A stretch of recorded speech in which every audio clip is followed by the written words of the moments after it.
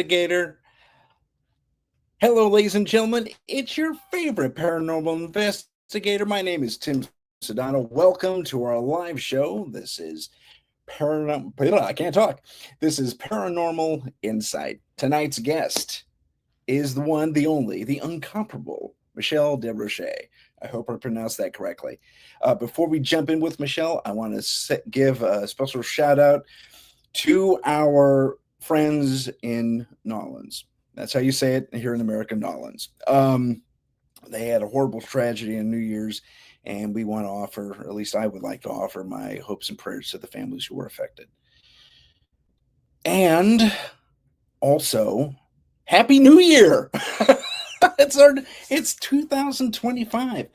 And this show marks my 3-year anniversary, and this is the first live show I'm doing with the UPRN. You know what? I'm done talking about me and the show, and I'm going to bring on our guest. Let's meet Ms. Michelle Desrochers. I muted you on accident. There she is. Hello. Here we are. How are you? Happy New Year. Happy New Year. Happy New Year. Oh, thank you. So, wow, happy anniversary. 3 years. That's fantastic. Thank you. Yeah, 3 years. This marks our 3rd year. I've been broadcasting on UPRN for the past month and a half, but that's been old shows from season 2, chiefly, except for the Christmas special. Yes. But, or the post-Christmas special, or however it is you want to say that. Yeah. And so that's awesome. Anyway, and thank you to all the happy New Year's and all that fun stuff, and happy anniversaries. Thank you very much. We're getting that on the chat right chiming now. In. There's a lot of people chiming in. Yeah, it's awesome. Hello. I know, right? That's awesome.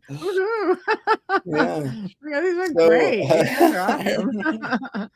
Who am I missing? Hello, and welcome to the chat, everyone. I'm so excited to interact with you on this in this way. And thank you so much for the beautiful souls comment. That's very, very, very kind. So let's jump right into who is Ms. Michelle Desrochers. And did I pronounce that correctly? Yes. Yeah. Well, yeah, not a lot of people get that right. I married it, so I kind of got caught with it because it came my professional name. And then when that resolved, it's like, all right, here we are. So, yeah, it's a tongue twister, but yeah, Desrochers, you got it. Ooh, indeed. So excellent. But yeah. Excellent. And special thanks to Kat Ward for helping me make sure I got that right. She knows. Yeah. So let's quickly jump into let's start with your UFO experience. Now, you're an experiencer, correct? Mm-hmm. Yes, I am an experiencer. Okay. And funny enough, I have been since I was a child. Only I didn't realize it then because I had a lot of paranormal experiences as well. I think a lot of them go hand in hand, but I just now, of course, being aware, I think back and started doing some research, and I see a lot of the typical stuff, like like my fascination with the stars, for example. I was always watching the stars.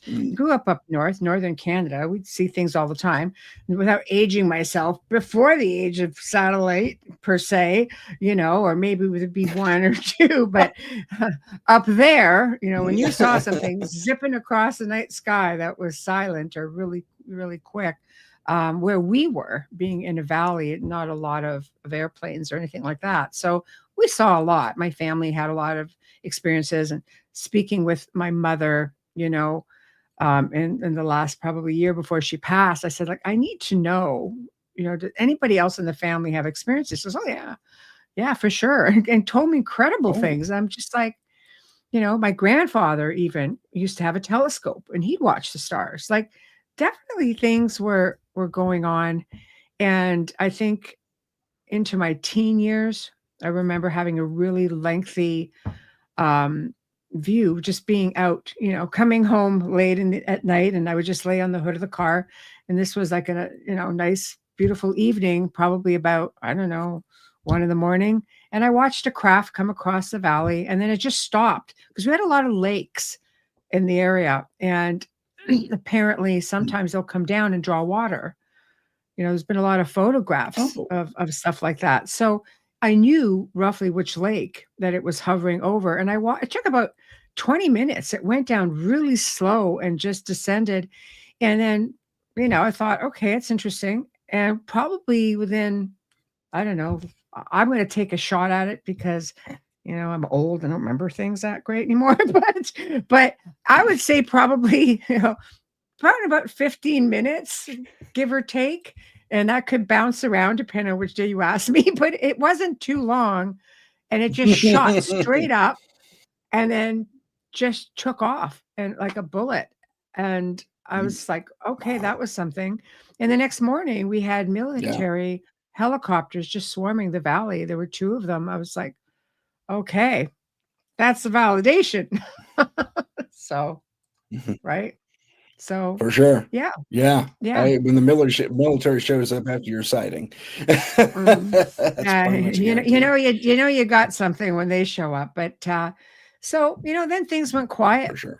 um, to my knowledge with, the experiencer stuff up until maybe a handful of years ago, and then little snippets started coming back, and I realized that they've been present in my life the whole time, and now, I can think back to the different places I've lived, and definitely things were happening and, watching like, my children, especially as adults, was terrified of Grace. I'm like, his kid would be up on the second floor is where the bedrooms were.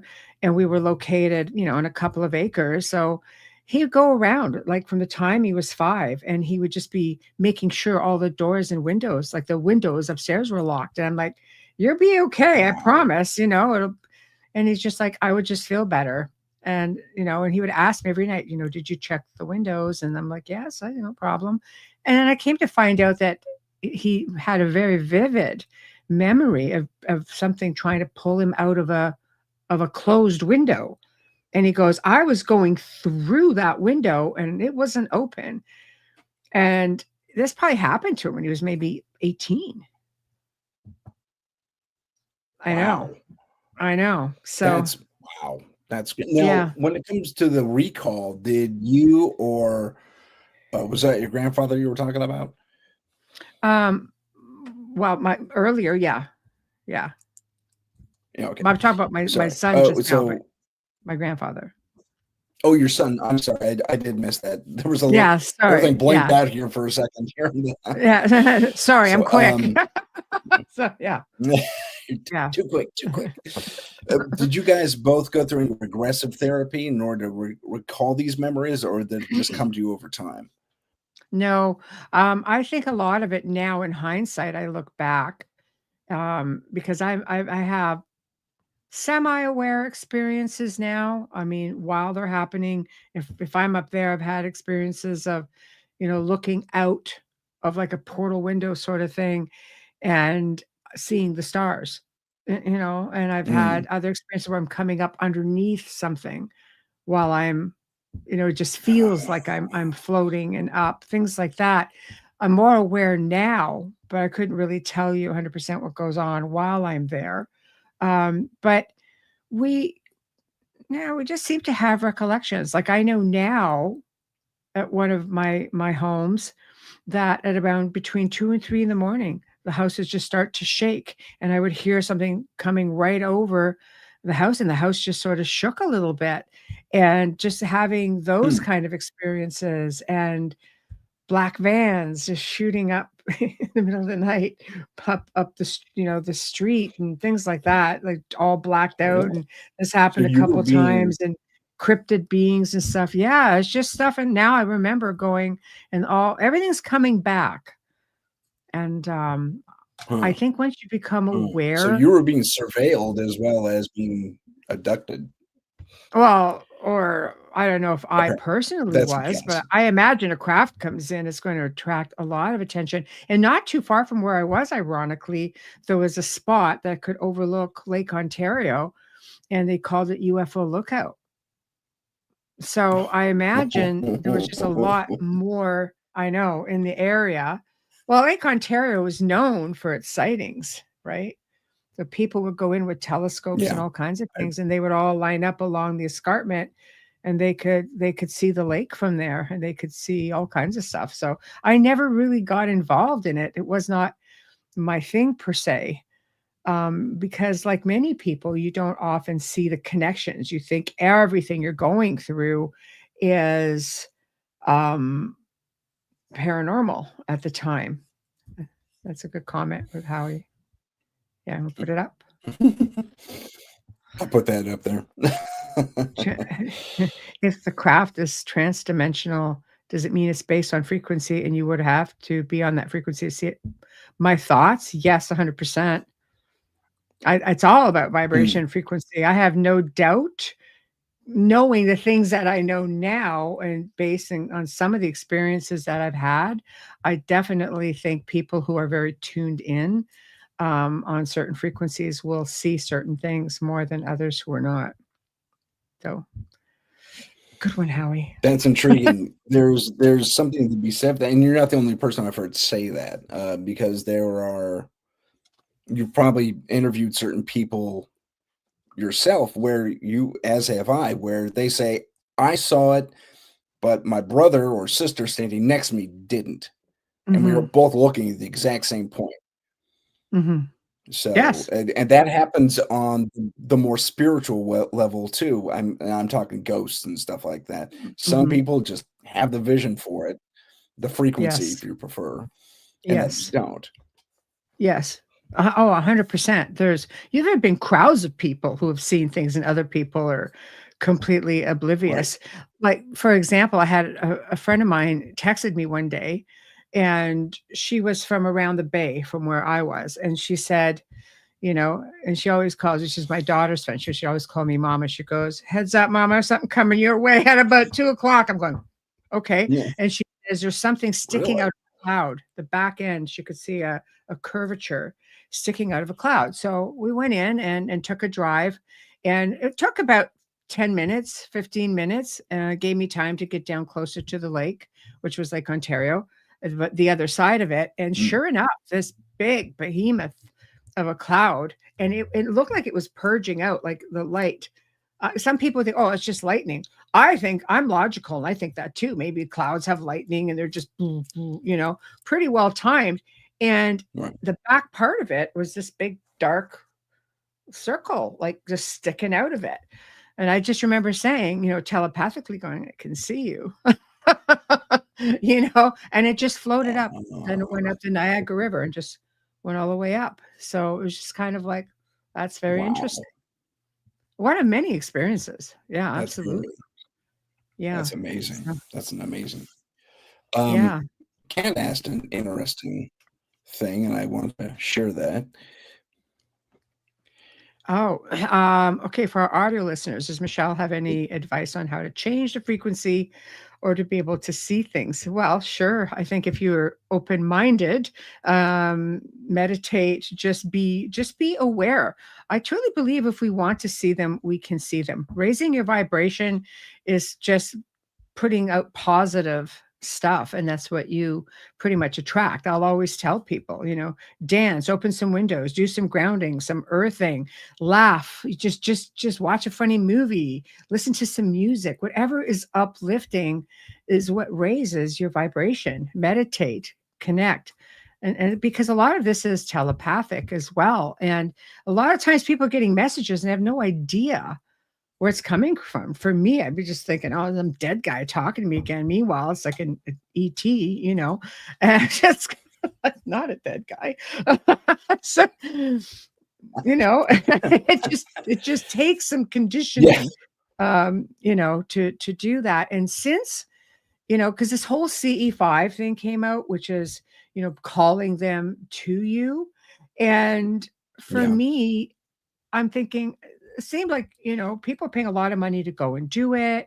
And I'm thinking, maybe because I'm already a contactee, but when I made the decision to want to engage again, I guess, I just telepathically put it out there. And within at least a week, things started happening, because they were happening slowly before that. I just wasn't ready for it, I think, because I would wake up sometimes and I had hands on my head, and I could feel this Oh, energy. And I'm thinking, okay, obviously, where we're doing an energy exchange here, or, I would get downloads and things like that that went on to be validated with things. And I remember one time it caught me off guard. And I remember saying something like, touch me and I'll break your arm. That wasn't cool, but I said it. But the hands, to show you the respect, the hands came right off, like, immediately. I just maybe didn't expect, or they didn't think I would just wake up during that process. So, there's just been a lot of experiences that I've had. I mean, I could go on for an hour just talking about things that have happened to me in the last 5 years, not counting anything else. I yeah, know. right on. Um, So, sorry, move my mic out of the way since I'm not using it. Well, we have 45 minutes till the first break, so. right. Well, all right, here we But go. Yeah, there we go. well, with Um, okay, well, sorry, I she came timed out back. there for a second. Oh, we're just gonna do it then? Okay. Oh, there you go. We You're did back. I we finished filming, in out in the Niagara on the Lake area at the time. This is going back a few years. This is before I made the decision to, okay, because I think they were just easing me into it, and all of a sudden, this huge white flash of something, and it wasn't really light because it was very translucent. Like, I thought maybe it was a bag that was flopping about that the headlights hit, and you know, but it was the size of a deer. I'm like, that's a big bag. Nobody wants to be that guy either, right? Nobody wants to say, "Did you see that?" So I'm just shutting right up. And then Yeah. Wayne looks at me and goes, "Did you see that?" I'm like, "Thank God you said it first." Yes, yes, I freaking saw whatever the hell that was. But it was so big, and it went over the height of a stop sign. So when you look down to our left where we were going, like, we looked, there was a Niagara River. There's like a 400-foot drop. A deer would have no room to run, pick up speed, and jump that high. And when it landed beside it, we stopped the truck and looked, and there was nothing after that. It was completely gone. So we just kind of looked at each other and went, I don't know. I don't Oh, know. For once, that's I got very interesting. nothing. Yeah, it was weird. And then after that, I was home one night. I was upstairs, and this is a big old Gothic revival manor. So it had a big tower, Oh, nice. and when you looked across, you were looking at pretty much the roof of a church, because that part of the church came after that house was built. It used to overlook the river. So cars were not, they just weren't, they couldn't shine their headlights that high up. Because believe me, I freaking experimented with everything. Because this one night I was just sitting, just kind of hunkering down, I was just going to read a book. I'm just going to hunker down for the night and call it a night. And this big flash of light, because we were high enough up that I could keep the shears, like, the curtains open just with the shears on a really nice evening. And this light came blasting through the room, hit a mirror in the ensuite adjacent wall, bounced back out. I think my book, I'm like, the hell was that? So, I'm kind of like, all right. Like, I read that the Niagara region, which is where we were at the time, was extremely active, but you don't realize how active it really is, until you really you're awake. You see things. Like, I mean, really awake, not as in physically, but I mean, in here. And things just Yeah. started happening after that. So I would say, a few weeks, maybe a couple months after that. Again, same scenario. So I'm just hunkering down. I'm fully awake, and I look, because you get that feeling where you're just being looked at. And I look, and there's a gray, like, right there. And this isn't late at night. This might be like, I don't know, maybe 11, 12, midnight. It's not, you know, but it was a In the quiet room with area. you? Oh yeah, right beside me. And still not ready. Still not ready. Okay. Just saying, was not ready for something like that. So I just remember Right. like thinking out loud, and I went, nope. Like I verbalized, I went, nope. And I just rolled over. It's like, I'm not even doing this. And I mean, I turned my back to it. Besides that, I'm thinking, God, in hindsight, I'm like, I don't know if that was a good idea, but it was very respectful, and it was gone because, you know, you always have to look back because it's just it's instinct, right? It's like, "Oh, I have to Yeah. see if it's still there," and it was gone. Right. So, I'm just like, you know, then Wayne comes in, goes, "You okay?" I don't know. I haven't figured that out yet. So, I know. So, you know, after Wow. that, it was just a lot of downloads and being given visions and being given messages and being shown research. Because I research a lot and just being pulled in different directions. That's when I made the decision. I said, okay, I'm ready now. So I thought. And I just telepathically connected and called them. And then the experiences started like pretty immediate. So Wow. That's amazing. I just yeah. wanted to briefly point out to everyone that we have a Yes. delay between us. So my Yes. responses to her stuff is going to be delayed and vice versa. Just letting you all know. Yeah. I'll try to slow down for you. Uh, it's, it's not even that. It's but yeah, okay, so no regression for you, no regression therapy per se. no. This just started happening to you because you were tuned in or wanted to be tuned in. Even subconsciously, you were kind of going, "Oh, yeah, I can go for this." And but Yeah. you also set up boundaries, which I found very interesting. Mhm. Now, when you're having these experiences, you're in a semi-conscious state usually, No, I'm pretty except for the conscious. gray showing up in your bedroom. I no, I'm pretty conscious. Oh, are you? I hadn't even gone to sleep yet. No. No. No, I was fully conscious for those. Uh, Okay. yeah. Now, are you often taken up into the craft or Those are the parts that, you know, I assume it's happening. It doesn't happen when I'm awake because I kind of have a boundary that I put out there. Like sometimes I'll go to bed and I can sense the presence. And I'm just like, okay, I am freaking exhausted. I have a headache. Let me go to sleep. Then I don't care. I'll go to work. I'll do whatever.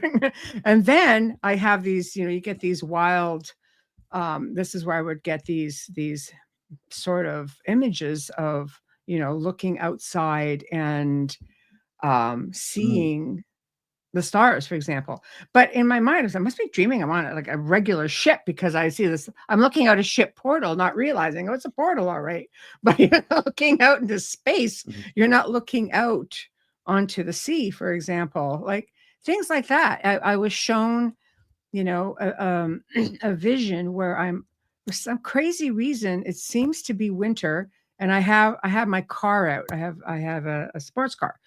I'm like, I wouldn't have my car in this nonsense, but I'm on a ramp and it looked like it was ice and that the car, which is very low to the ground, right, is on this mhm. angle and I'm in heels and I'm stepping out of the car going, I'm going to kill myself on this ramp because the car's not right, everything's not right. But then the idea was, and everything was in pastels, which is weird because like I'm very dark in my attire. It's like I don't do pastels very well, Yeah. but the whole thing was in pastel. And I look back and I saw this huge arch, which looked like rainbow coming out of it, all pastels. And it just looked like some kind of a doorway. And I remember looking back and I Hmm. remember acknowledging it and getting back into the car, and everything was gone. Now, here's the kicker that a year later, maybe a year and a half later, driving in that direction, and it was probably about 6 o'clock at night. So it's summertime. It's beautiful out, no storms, nothing. And I look up, and there's this big that portal in the sky right over the highway, which was like a 6-lane highway. And I'm like, Wayne. It's like, yeah, do you freaking see that thing? And he's like, I don't see it. I'm like, you have to see it. This thing is massive. Like it just went over this big, and then all of a sudden it was just gone. And I'm just like, some people think that it's light gate maybe. So I just don't know enough about all of that stuff. I just know it was shown to me. So to see it while you're driving in real time was just crazy. I know Howie. Howie, Howie Odell. I just saw this. Yeah, his other question, self-projection. Well, let me tell you something. I could psychokinesis like the best of them, but no, I don't think so. I think, had you asked me this as a young teen, or because I know I poltergeist the heck out of my parents' house just with self-projected energy. Like I'm not going through menopause, that's long gone. So I know I'm not projecting anything that way, you know but but I know, there I go, aging myself again. But so there's one thing that I know a lot because of spending a couple of decades in the field of paranormal, working with people who, self-projected. I could tell you when these things are happening, I'm doing other things, or I'm fully awake, hunkering down. So I don't believe that they were self-projection per se. I really don't think so, you know. So I think I Gotcha. would know at this I hear point. I you. mean, my daughter used to project like crazy. So something's going on in the house. I'm like, stop it! It's you. So I like to think I would recognize it, but who knows? I won't rule Right. anything out. That kind of brings up an interesting experience I had maybe a couple 3 weeks ago, and I'm not one to. I don't believe I am an experiencer at all, but I Mhm. had a similar thing to what you did with the being entity, whatever was put hands on your head. Mm, I'm suddenly in my head. My head has just hit the pillow pretty much. mhm. And suddenly I see three, they almost look like the reptilian grays, if you know what I'm talking about. I do. Um, and there's three of them are standing over me. I said, no, not tonight. I'm just too, no. And they all stood up, and suddenly I woke up Yeah. again. Right, right. That's like, Yeah. I mean, so, yeah, I've had, reptilian experiences. I've had mediums come up to me. I filmed with this really amazing medium a few years back, probably about, I don't know, I'll say 8 years ago. And he looked at me and he goes, "You have someone with you." I'm like, "Oh, okay, great. Who?" And he kept trying to say draconian. He kept saying drac, drac, drake, drac. I'm like, I go, "What does it look like?" He goes, "Like a lizard." I'm going, "Draconian?" He goes, "That's the one." Because he's like really protective, wow. and he's like just standing. He's trying to stand between you and I. Well, unbeknownst to me, this medium, when he would connect with you, male or female, if he put his hand on your chest, which is usually the heart chakra, he could connect with you. And I guess that wasn't going to be a thing. Putting your hand on my chest was not an option. So it's the only thing I can attribute it to. Yeah. But it was strange because through the years I've had people make mention of that. So I don't know. I think that That's we're interesting. There's something there's, I don't know, movement is not the word I like to use, but I guess I don't know. We'll go with movement for now, though. But I guess a group believing a certain thing type of deal. Where, and this is going to those who know of her, Elena Danan. She's that yes. French Mm. archaeologist artist Yep. who had that abduction experience. Mhm. That was, and The her channels. abduction experience left her with a chip in her head, and Mm. the good guy aliens, we'll call them for now, Right. the good guy aliens rescued her, altered the chip, and made it a communication device. This Mhm. is her claim. Yes. Um, the and she eventually drew this gigantic map. She's a very good artist, by the way. But Mhm. she drew this gigantic map of the various alien races that are out there. The three Mhm. different alliances. Some were for us, some were against us, some were neutral. Mhm. And when it comes to the Draconians, they're chiefly against us. What do Mm. you stand on that versus your experience with the medium? Okay, well, just talking with different experiencers, some people have had amazing reptilian and draconian experiences. So I think, like anything else, is how it was put to me: is you have good ones and you have bad ones. Much like good people, Right. bad people. I think there was a concern at one time that they were just outnumbered by, you know, bad ones. But you have to remember, it's believed that the Draconians were a warring race, and a lot of them have been here long before us. Like, we're definitely not the first kick of the can at this planet, and we're definitely not going to be potentially the last either. So, I mean, you look at it that way, maybe, if they were here first, for example, then we're the ones who are fair game kind of deal, right? So I don't know. But if you Mhm. go back to the Canadian Defense Minister, who's deceased now, Paul Hillier, he had Yeah. always said that there were probably about 130 to 160 different extraterrestrial races that they were aware of. So that's a lot. That's a lot. But I mean, I think sometimes too, you're That's looking a at something lot. that could be pretty scary, like, the mantis. I'm thinking, "Oh, hell to the frickin' no." And, but meanwhile, I hear people who have had incredible experiences with them.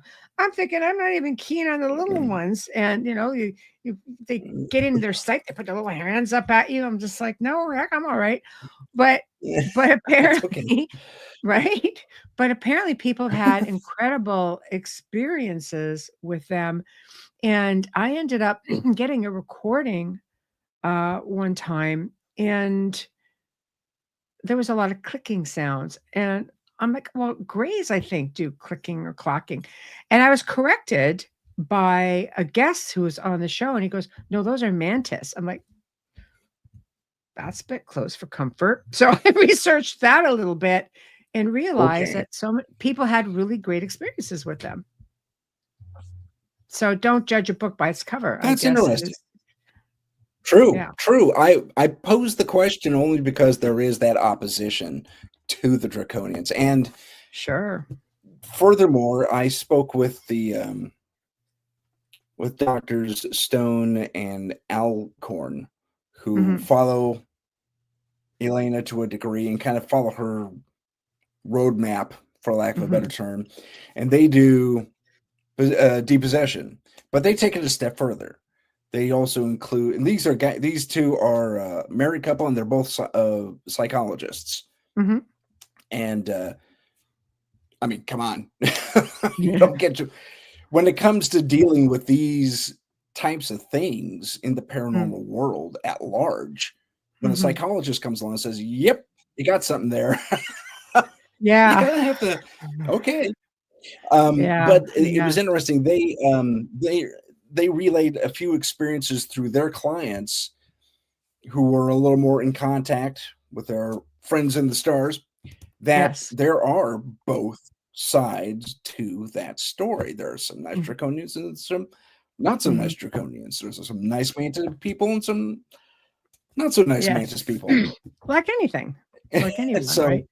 yeah, Yeah, like anything. So I think yeah. by and large, it is every bit, you know, what's Mhm. happening up in the stars is kind of relates to our human experience because we're living organisms, man. We're going to have relatively the same experiences. Well, we are, and you have to ask yourself, they're not just so much from the stars. A lot of them are use portals or just light gates. It just flash in and out. And there's times where, they're in the oceans, they're in the mountains, they're underground. They're, the Hopi spoke of very, Oh very yeah. profoundly about the ant people, their big-eyed friends, and who were underground and took their people underground. There's also a story about that of a reptilian or draconian out in Brazil or Peru who did the same thing for the people there, took them underground during cataclysm and took care of them and educated them. And so Yeah.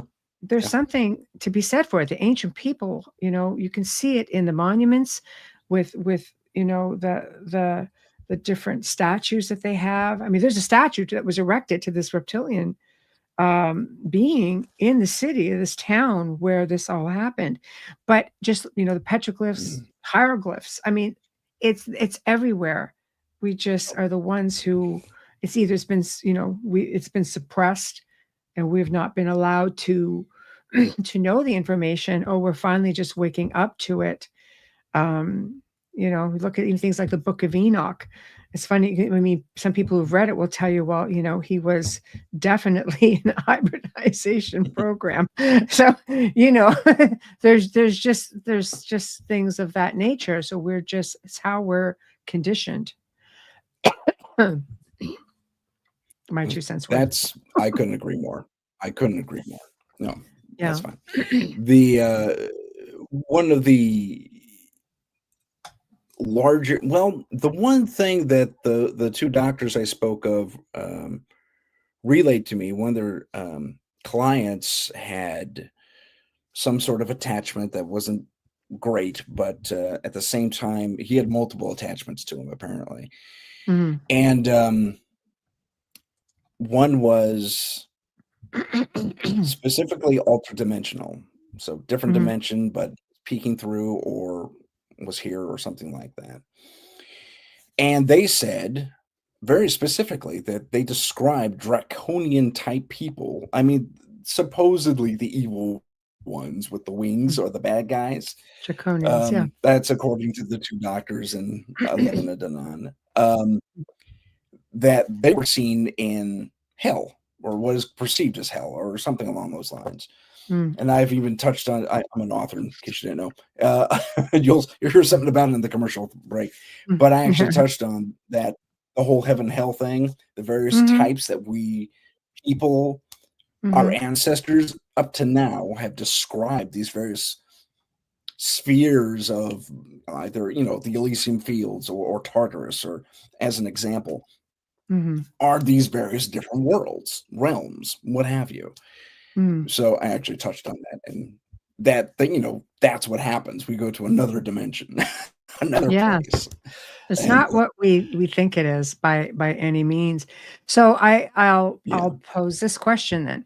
So because of religious, upbringing and conditioning, um, do you think that what we're seeing are really angels and demons, or are we seeing light beings and reptilians and draconians?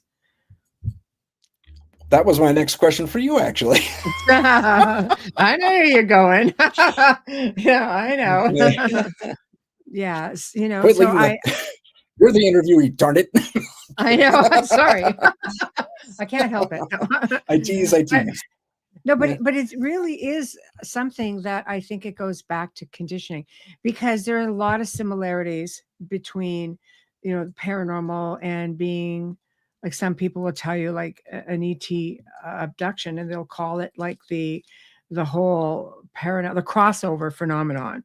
Where you have like this parallel world. And this was something that John Keel believed, that certain creatures or beings were coming from a parallel world that would include, I think, ET, maybe some of the cryptids that we see, because John Keel is known for his Mothman, right? So, Right. and he talked a lot about, um, extraterrestrials and all kinds of stuff, UFOs. They're definitely there. But I'll tell you something, like, there are people who have they report seeing crazy things, even dragons.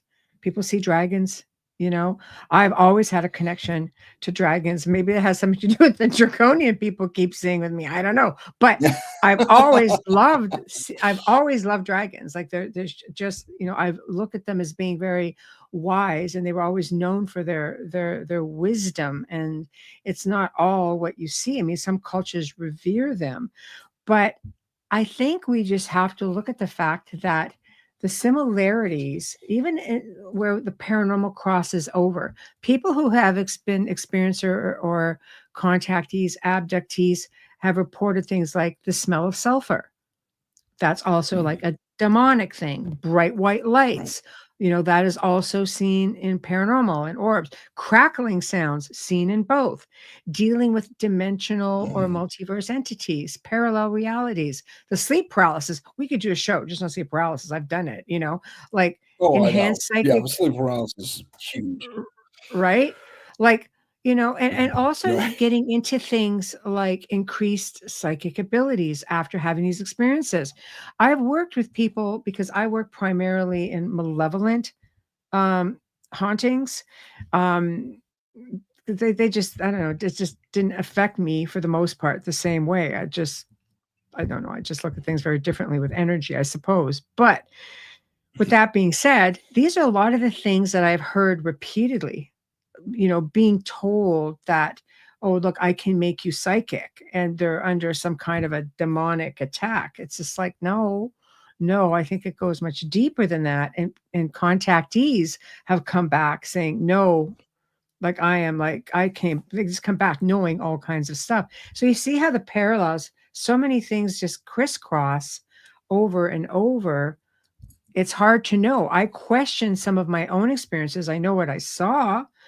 I know that, yes, there is a strong belief that demons do exist and they are a different race than, let's say, the draconians, and that angels are a different Right. race, let's say, than light beings. So we don't Yeah. really know for sure, but I can tell you, I have experienced, you know, angels, demons, light beings, as well Mhm. as reptilians, grays, tall whites. Apparently, there's a mantis in there somewhere, but I don't know that whole thing because I don't connect with that. I just heard that. So, Right. there's a lot in there, right? Yeah, there's a whole lot in there. I actually discussed this in this my second season prior to coming to the UPRN, where I posited my paranormal M theory, and apparently I'm the first one that coined that. I looked it up before I said it. So, and it does join all these different things. My chief Yeah. focus at the time was that in our ancient past, collectively, Mhm. humanity saw, for an example, in Greece, satyrs, half man, half goat. Yeah. Prior to that, in old Jerusalem, when King Solomon was ruling, he ruled over creatures of Mhm. very similar description. Like Going centaurs. forward in time again, Yeah. like right, and going forward, well, actually, kind of paralleling the Greeks a little bit. Um, So, yeah, Actually, I Minotaur. take that back. Further beyond the Greeks, in the Norse legend, I talked about this at the Christmas time special. Krampus is Mhm. described as a satyr, and this Ah. creature is all over Western Mediterranean uh, lore, and even Mhm. a little bit in Eastern lore. Yeah, they were called. He wasn't called a sheep. He was called a ram man or something like that. I'm Yeah, forgetting the name. crazy. But Yeah. this M theory, and that's just the one layer of the theory, it does Mhm. relate to that all these things could conceivably be tied together. You were Well, look at speaking, yeah, yeah. go ahead. I mean, ancient culture, Anubis, Horus, Oh, sure. Of course. Ra, right? I Ra. mean, there's, Thoth, like the, human body, animal heads. This seems to be, Right. um, I mean, it's something. It's something. But I do think that we have stargates and portals all over this planet. I think the ancients built their temples and over top of these places because they knew. And then you have, of course, the bigger religious institution, I'll leave it there, that has come in and, whenever they would amalgamate an area or come into an area, they would take over some of these old sites, and because they knew that they were there. In fact, little fun fact I just recently found was under the Vatican. There's supposed to be some one of the largest bases like on the planet, and portals everywhere. And this, don't even get me started about the Pope doing the whole occult ceremony of opening up 5 portals. That man looks seriously freaking concerned at portal 5. Let me tell you. So he did not. He looked really, really concerned. That's So rare too, because there's only supposed to be 4. right, and then there's 5. Yeah, some jubilee thing. So people And are now kind of this year he losing did it 5. Yeah. because they're hearing things on the recordings, right? So Mm. I know. So they're yeah, he did look very concerned, Howie. So, there's definitely things going on, and they know where a lot of these portals are. Like let's get into Antarctica. Why don't they want anybody Oh there? wow. Well, you have that Right? much. That's a rabbit hole and a half. Yeah, exactly. That's a whole nother show. It's a whole other show, Tim. It's a whole other show. Yeah. So It really is. I I mean, know. I know. But um,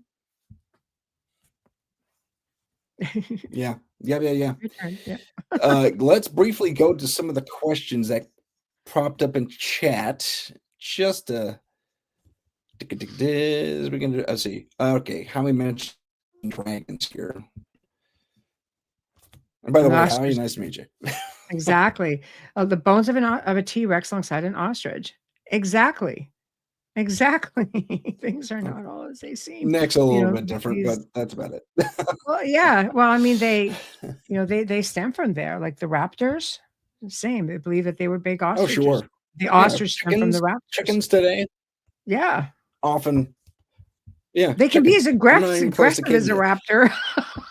Yeah, Chickens. yeah. Well, look at their feet structure too. It's true. I It's mean, true. Raptor roosters. Yeah, yeah. that works out for you. So, you know. Talking about that as a Great Wall. How many mentioned the Great Wall of China? What were they trying to keep out? Mongols, chiefly, but I at know. least that's the excuse. Yeah. You I'll could do show that. the question. Uh, Yeah. So, um, for the look audio at the Great listeners. Wall of China. He says, what were they trying to keep in or out? That was that big and vicious. Yes, I would definitely think that they Yeah, were trying to keep something out. Absolutely. You know, but this is right. all That's a good stuff that, question. It definitely, yeah, you just don't know. You just don't know. yeah, for sure, for sure. So, the portals, yeah, the Howie, portals thanks are, for sharing your stuff, man. Yeah, yeah. he's leaving. That's why he said Bye, bye, Howie. Yeah, that. the Um, the but he there's Howie made one interesting comment I'm going to share before he pieced out, as the kids say.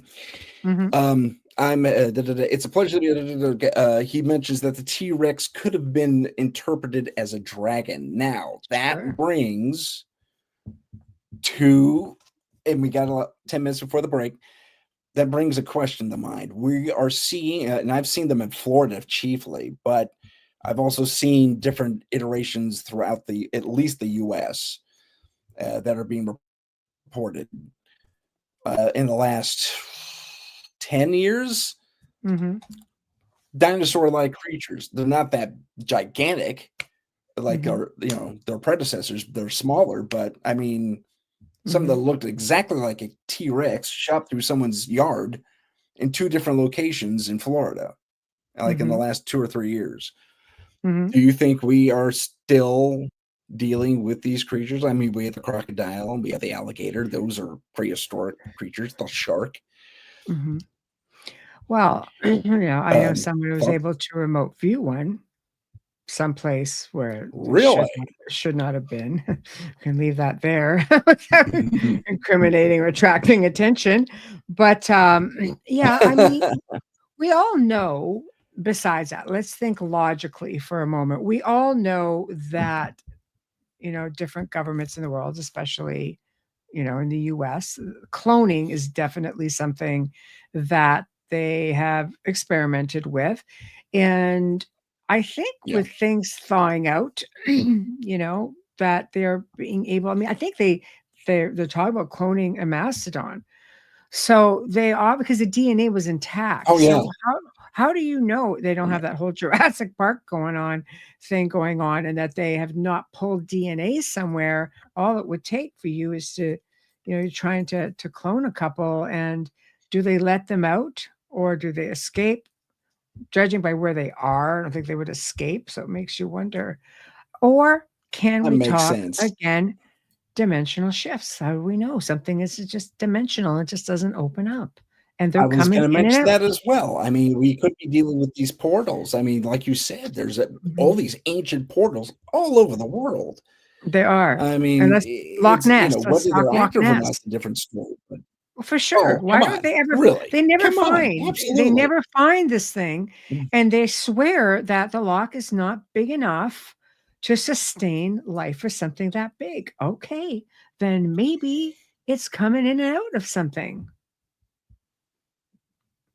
My thoughts. There's and there's enough geological material. There's enough geological material in the area that it could Mhm. support something energetic that is a Coming in and waypoint or a out. through point, like a wormhole or whatever. Yep, Yes. absolutely, I absolutely. agree. I think we Never have to mind, look outside the starting with a box. huge quartz deposit there. Yes. Look Yeah. outside the box. I agree. Yes, No. absolutely. Um, Heidi, which one are you looking at? Probably the same one you are. Go ahead. No, I had a question about any experiences. So Heidi, go ahead and type your question about which experience. Oh, you're talking about the audience. I just saw the arrows. Okay. Oh, with Never mind. with what? Okay, so, with what, Heidi? The I'm not portals? sure. People are really curious Yeah, you're about the talking about portals. portals or Apparently, it's a jubilee thing. yeah. Like, I've dug up a lot Yeah, of every information 25 on it, years. none of which I have in front of me because I didn't expect it to really, get into it a whole lot. Might be good for an open mic night, though, I'll tell you that'll happen. But right? But this Yeah, was I'm down for that. definitely something that happens every 25, 30 years, and here's the Yeah. kicker, okay? The 5 locations, if you draw a line between them, allegedly, they draw the symbol of Lucifer.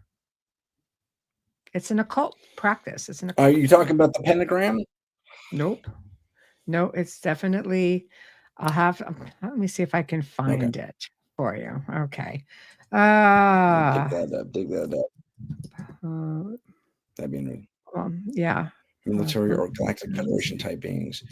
Oh, you want to hear my story? Okay, Heidi, I got a I do. story for You you do that'll that cover while the I'm exciting. looking for this. Yeah, you Okay, do you that got it. while Okay, so Heidi, so here's your yeah. story. I am former Air Force. I was cadet in the ROTC system. I did not graduate, but I had a great deal of experience, if you take my meaning. So I'll put it this way: officially, I was a cadet. That's all I'm saying. Okay. But and I also worked at NASA, and prior to that, so here's I'm my listening. story, and it wasn't even related to either of those necessarily, but let me briefly touch on NASA. When I was at NASA, I learned that we had tractor beams. Full on, my 25 years are up, by the way.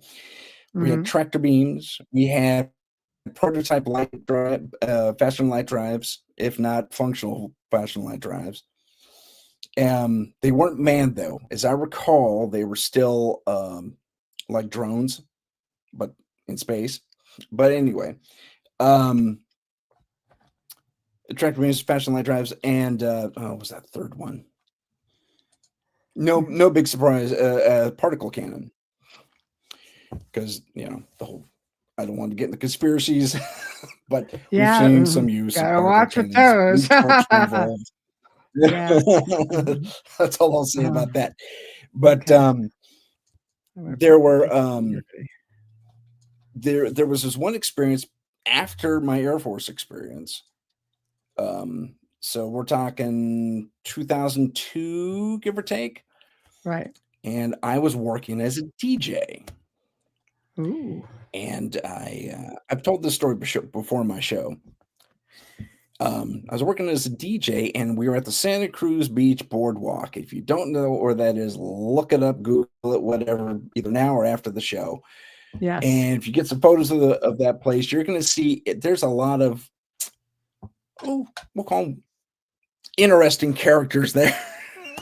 Right. To say the least.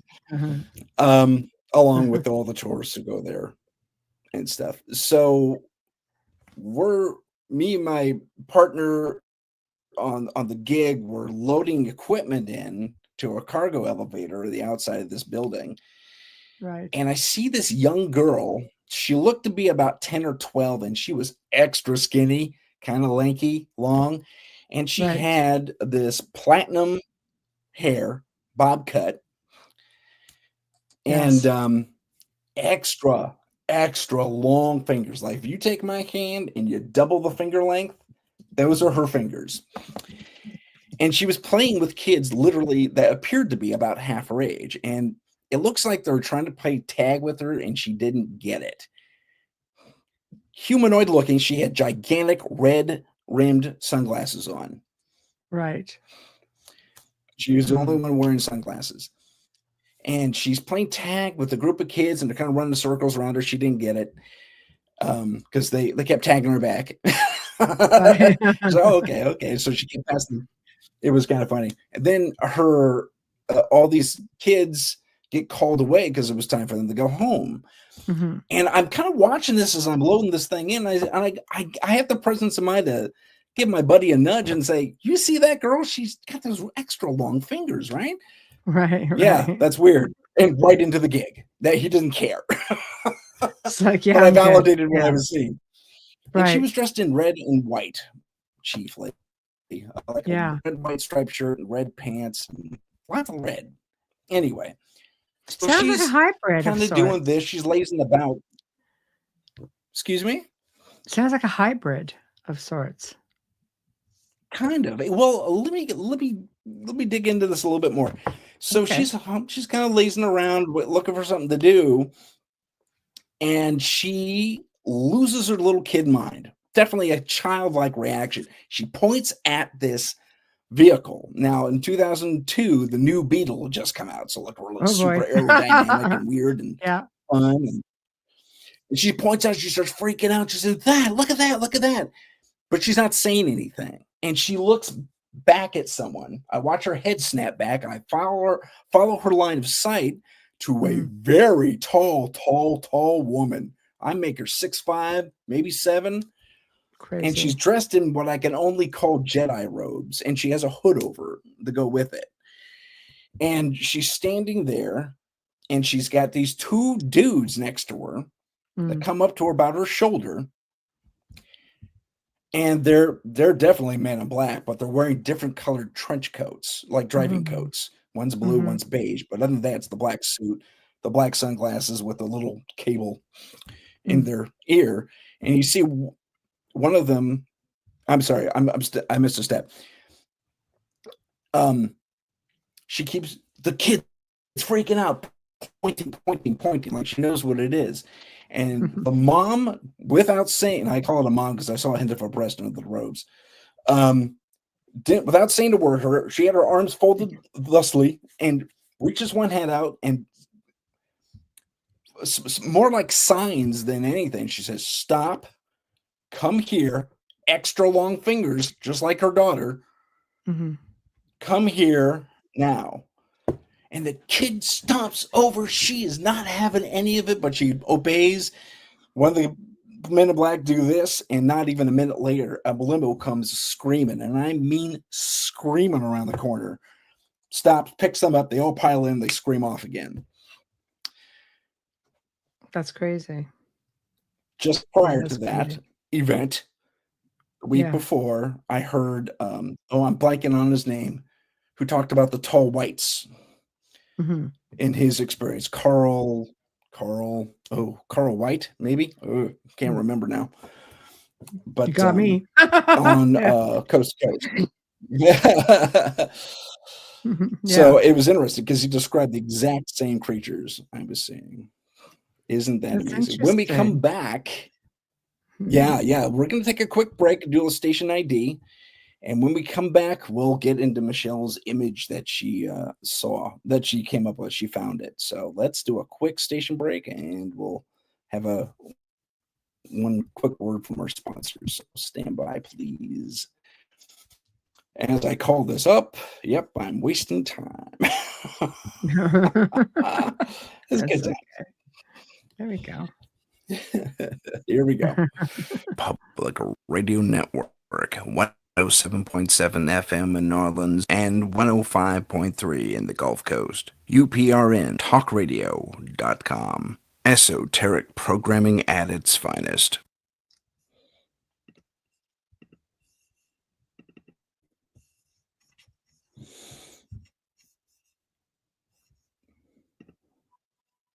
Symbol. The trident. Gifted to us by the priests of Troy Xenos centuries ago when one of the first monster hunting teams out of Corinth battled a contingent of Vrykolakas that had infested their temple. After the victory over the monsters, the head priest declared, "You are three lances acting as one, not unlike Poseidon's mighty trident of light." That would become our name, the Trident of Light, for the good we did and still do against the dark evils of this world. Available at Amazon Books. And that's it for now. There we go. What was that? What was that? I don't know. But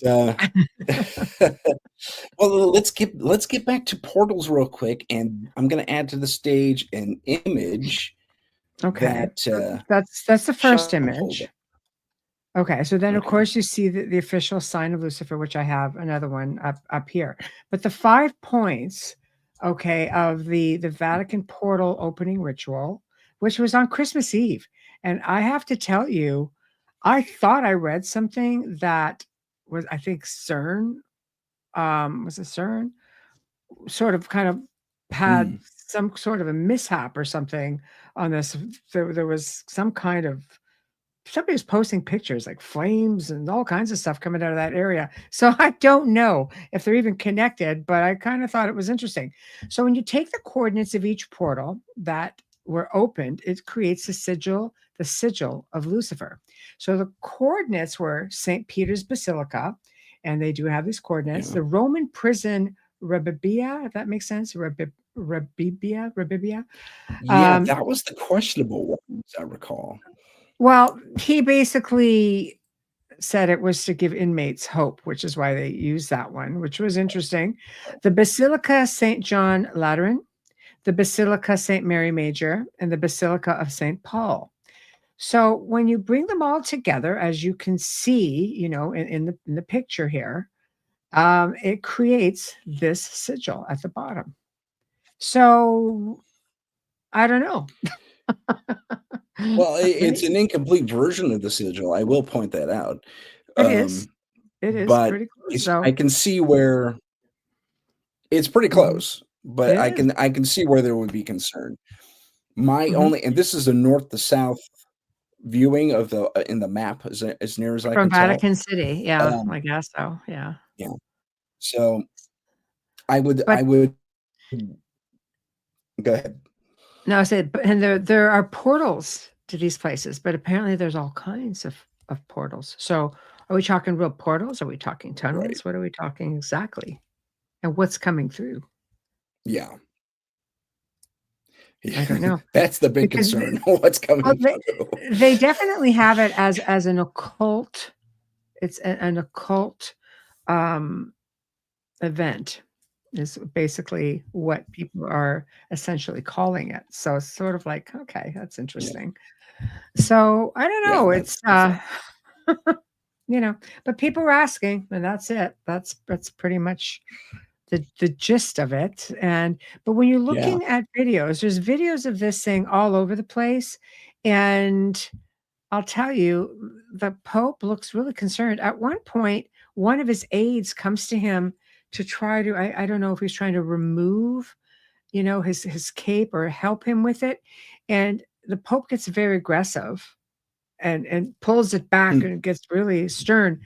Oh, and there are people out there who think that, he's losing his faculties as well. So that could have something to do with it. But we live in different times. Leave that one right there. But Yeah, go look for that yourselves, was guys. There's lots out there.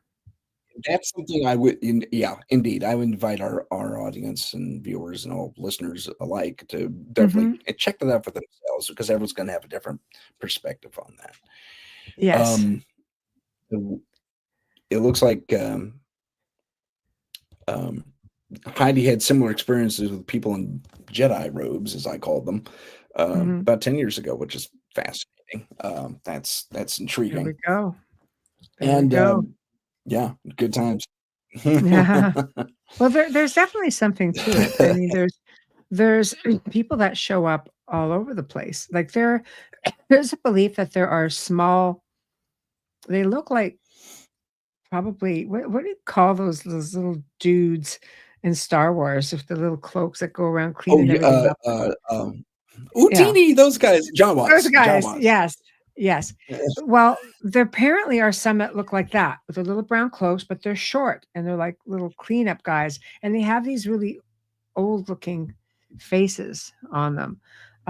That's Hmm. something as well. So, maybe there's just a taller Yeah. version, maybe they're a hybrid version that you guys saw, maybe there's so many out there. It's really hard to say for sure, you know. Is this something we've seen before? Yeah. Not. I mean, people out there having all kinds of experiences. Our experiences continued for quite a while. The house, here's where it gets a bit strange. The house, we never used the upstairs. It was just a big house. You just didn't use it. And the tower upstairs, had very bright windows, and there was a street light that just, it would beam into the window and light up the whole floor upstairs. So it got to Okay. a point where the light no longer came in. It was kept the whole upstairs was sort of kind of it went dark. And over time, we could, kind of hear things in there and catch little glimpses of these little bald heads going down the hall. Because for a while, like my bedroom was up there, and you could just see things if you got up in the middle of the night for whatever reason to go to the washroom, whatever the case may be. So it was strange because you're looking out the window, you see the light, it's right there by the church, and you couldn't see. There was no shadowing coming in from that light. You couldn't see. It was so black and upstairs, it was unreal. So over time, we kind of Wow. got used to that because everything was just downstairs after a while. I just stopped using the upstairs. And there's all kinds of different activity like that. But here's where it gets very strange. So it wasn't uncommon for things to come over the house. Wayne had stories of coming home from work. Sometimes he'd get back at about, 2, 3 in the morning, and he could see like there was something over the house. You could faintly see it, but yet you could see through it.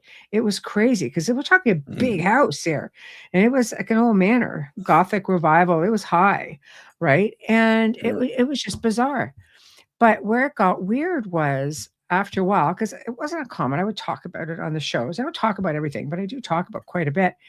All of a sudden, these two black Range Rovers or Land Rovers were parked across the street, and they were renting a house nearby, and two matching ones. And I'd be just kind of sitting there going, okay, I think I know what's going on here. It got very Yeah. strange. Yeah. Yeah. So anyway, eventually sold the house. That was it. Sold the issues with it, I guess. But That you was know, that was probably super smart. well, it was a bit concerning. It was a bit concerning, Yeah. but I mean, obviously they were watching it. I was like, I'm pretty much an open book about it. It's just like whatever, just Yeah, ask. yeah. If you're looking to investigate it, you could probably go stay there now. But yeah, so just Oh, things fun. like that. Yeah. Yes, it was the manor house cat. Mhm. So, yeah. So, that's not the Yeah. first time, Well, but let's that kind of segues into my next portion with you. Now, you became a paranormal investigator. You looked into this stuff. mm, I also want to maybe tie in your ability as a medium and or psychic, however you identify your abilities. mhm. Um, and talk to me a little bit about. I would assume your childhood experiences got you into it. How did you actually start Mm. investigating? Did you go with the group? Did you Well, form a group? What happened? it definitely wasn't being an experiencer that way that got me into it, because I really wasn't fully aware of all of that. I didn't recognize a lot of what was going on until much later in life. In the last 5 years, I started going, wait a minute, this could have been this or this or this, and this happened. And I started recalling a lot more. But I did have a lot of paranormal Hmm. experiences. But I come from a family where it was not uncommon to have things going on, paranormally speaking, probably because we were all bloody experiencers. So, you know, things were happening. Because even on my father's side, like, he goes, oh, yeah, we'd see UFOs all the time. My grandparents owned an island up north, and it was very isolated. So it wasn't Cool. weird and uncommon to see things going on. So my father ended up a very gifted man, but very much did not want to talk about it. So he didn't have a lot of patience for Mm. it and had all kinds of experiences. And as I became an adult and got involved in the field, he goes, oh, I remember when this happened to me, this happened to me. You made me feel like this was a big ass family secret that should not be spoken about growing up. Meanwhile, made me feel like I'm this crazy child who didn't know what the hell was going on, and you had all these experiences. So I guess, you change with time as the topic becomes Yeah. more acceptable, then you feel more comfortable in communicating about it, but I mean, I could always see things as a child. It wasn't uncommon for me to see things. And my mom's family, I mean, we had a lot of mediums in the family, so I wasn't discouraged from it, because I think that's something we as parents, we apply our own fear. Some people are very fearful of things you can't see, or they apply their values and say, no, like my mother's came from a line of mediums, says, don't talk about it. Neighbors will think we're crazy. We are. It doesn't matter. We got all kinds of things going on. It's just, but again, it was just the sign of the times. You just didn't talk about it. But Yeah. I'll tell you, it wasn't discouraged with me. Like we'd go over to my grandparents' house for like Christmas or something, and like it was not uncommon to see deceased relatives coming in, and I would talk to my grandparents about it and say, oh, I saw this man. They didn't discourage me. They took out old family photos and they laid them out and say, and I would just say, who's this guy right here? you know but they had experiences like that. My grandfather's brother died. My grandfather was up at their island for a couple of months. It was like leave your wife with 6 kids at home by herself and go get peace and quiet out someplace, isolated for a couple months. But it wasn't uncommon again. And he would basically just say, he'd come home and my grandmother would say, I have news for you. He goes, oh, I know. So and so died. He came in and saw me before he left. It's like weird stuff. Oh, One of the old that's family that's farmhouses. awesome. Oh, but it happened all the time. Like they had this old family farmhouse, and I guess the great grandfather was having a fling, and the great grandmother knew about it from the story that I Mhm. got through the family. And when the mistress died, there were the night she died, my great grandmother was sitting in the parlor, and this one was up on the second floor, and there were little flames on the window ledge. And then she just turned around and she said, all right, I forgive you. Now just leave. And the flames disappeared. And then another time, a deceased family member went, That's and out neat. of the same freaking window was just a disembodied hand going like this. And it was wintertime, and there were no footprints in the snow 2 stories down. So this wasn't different Yeah. for us. This was all quite common growing up with these stories, you know. And as a child, it Right. wasn't uncommon. Like we lived in a valley, you know, with numerous lakes and very, very small community, which was really fantastic.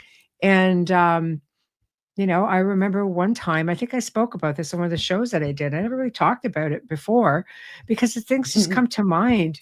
And there was this young guy, you know, and he just like people go commit suicide, you know, off the beaten path somewhere. And I guess somewhere that wasn't in the time that we lived there because we'd never heard of anybody like that. And it was just a matter of, you know, this person's part of his head was just missing. And I was just, you know, it was I know it was just different. So I didn't really like things like that. I didn't like hearing disembodied voices.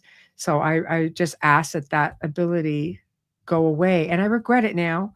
You know, Mm. obviously as an adult, that I could never seem to, I get it back sometimes, but a lot of what things have been for me is telepathic. And I think you just tend to second guess a lot of that, especially with AI out there now. So it's like you second guess everything. But it's you know, but so there's a lot of that. And I think with me getting older, like the teen years got really crazy because again, I was projecting a lot, but I also had a presence there, which, you know, sort of showed itself to be more of a demonic in nature. But when I think Mm. back to it, there were so many similarities with ET stuff as well. It's hard for me now just to like they're blending together, and I'm trying to see if I can separate that. Right. So it I gets understand. really convoluted that way, but you know, it wasn't uncommon. And then I had this crazy aunt that came over one time because she thought it'd be cool to use a Ouija board, and something followed her Jeez. home Oh that man, night. don't get me started on Ouija boards. Oh my God, it was crazy, I hate Tim. those It was things. crazy. It was crazy.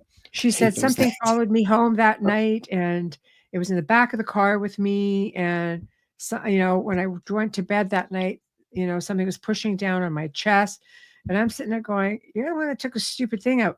But a face imprinted right into the wood of this thing because it was wood. It wasn't just this laminate thing back then. And this is the same aunt who, when she was a younger woman, was living with her parents, basically asked to see the spirit of her board at the time. And my grandmother told Oh, me this story. I know it got weird. And I wouldn't have believed it if my grandmother wouldn't have told me the story. But she sure. said one night she heard my aunt with a blood curdling scream. And both my grandparents ran down the hall and they saw something exiting her room, and it just looked like a big hunk of flesh that just wandered out and just disappeared. And both my grandparents were Oh, witness to it. My grandmother told me the story, and then my mom reiterated it. She goes, "Yeah, I remember that night." You know, she goes, "Our rooms were upstairs, so we didn't see." She was the youngest, so her room was on the main level. But mm, according to my aunt, what she had asked was to see the spirit because it was being very deceiving, you know, in some of the things it was saying. And it said, mm. one night when you're alone, I'll give you the scare of your life, essentially. And maybe, you know, Mission my accomplished. grandparents, yeah, it was weird. My grandparents kind of looked at it as a maybe the spirit just wanted to instill the fear of God into her to say, don't keep asking for these things, you know, because everything stopped after that. And then she comes to my house and does it. What's Oh, wrong with you? I'm like 14, very well, thanks. impressionable, full of psychokinesis, you know. So it's like, yeah, brilliant. So yeah. So lots Wow. of stuff happened. And I went on to form, I got involved in a group and ghost tours and things like that, you know, probably around 2004, you know, think, okay, I'm going to do this. I want to learn more about it. And it just really projected from there. I've done, you know, a couple of decades of television, which again is just sort of, you know, they show what what sells, right? It's not like what I'm necessarily like. Yeah. But if people Right. could take something away from it, then it's great. It helped a lot of people find me that needed me, for help and so on. And I'm glad for that part of it.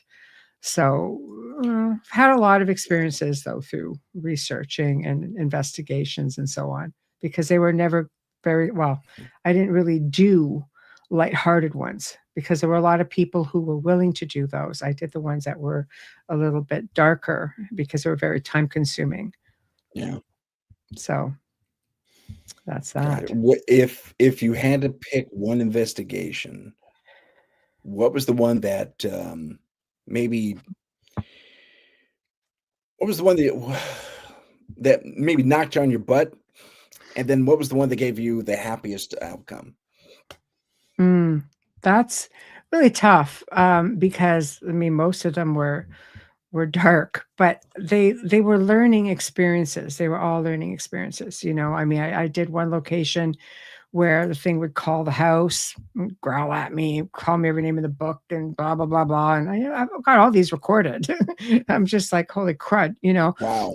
The funniest story I think attributed to one of that was at the time, my former husband at the time picks up the phone, which was a landline, which was quite interesting, and all I could hear was this growling and stuff going on the other end of the line.